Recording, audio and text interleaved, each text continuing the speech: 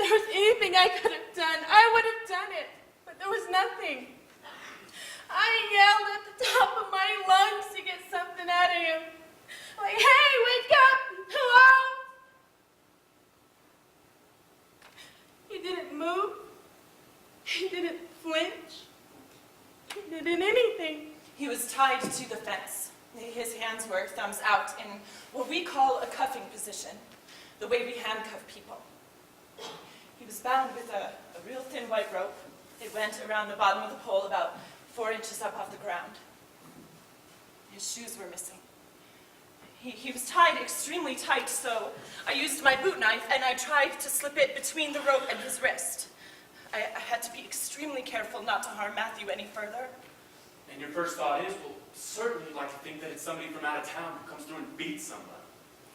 I mean, things like this happen. Shit happens, and it happens in Laramie. But when there's been someone who's been beaten repeatedly, certainly this is something that offends us. I think that's a good word. It offends us. He was bound so tight. I finally got my knife through there. I'm sorry. We rolled him over onto his left side, and when we did that, he quit breathing. So immediately I put him back on his back, and that was just enough of an adjustment. It gave me enough room to cut him free there. I seen the EMS unit trying to get to the location, and when the ambulance arrived, we put a neck collar on him, placed him on a backboard, and scooted him from underneath the fence. And then Rob drove the ambulance to Ivinson Hospital's emergency room. Now, the strange thing is, 20 minutes before Matthew came in, Aaron McKinney was brought in by his girlfriend. Now, I guess he got into a fight later on that night back in town. So, while I'm working on Aaron, the ambulance comes in with Matthew. Now, at this point, I didn't know that there was a connection at all. So, I tell Aaron to wait, and I go treat Matthew. So there's Aaron in one room of the ER, and Matthew in another room 2 doors down. Now, when we saw Matthew, it was very obvious his care was beyond our capabilities.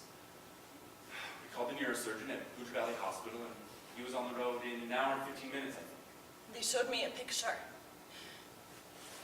Days later, I saw a picture of Matthew. I would have never recognized him. And then 2 days later, I found out the connection. And I was very struck. These were 2 kids. They were both my patients, and they were 2 kids. I took care of both of them, of both their bodies. And for a brief moment, I wondered if this is how God feels when he looks down on us. How we're all his kids. Our bodies, our souls. And I felt a great deal of compassion for both of them.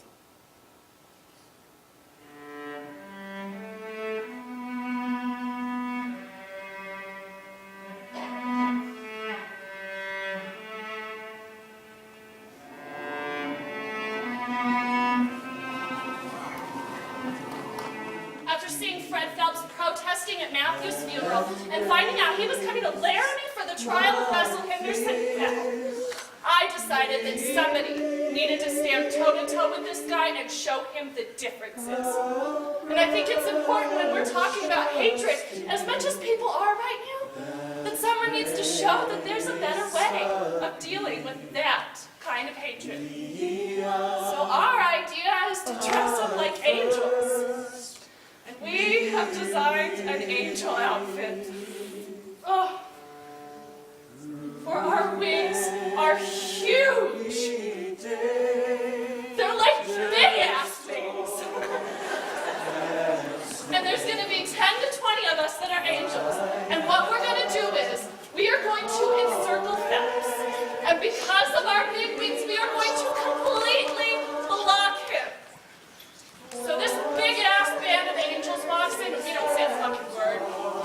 We just turn our backs to him and we stand there. And we are a group of people bringing forth a message of peace and love and compassion. And we are calling it angel action. Yeah, this 21-year-old little lesbian is ready to walk the line with King. When those old angels laid their hands upon me, that was called an ordination. And it came with a charge. Mine was Isaiah.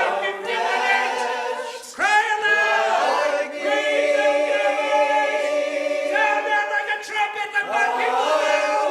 The air is a natural expression.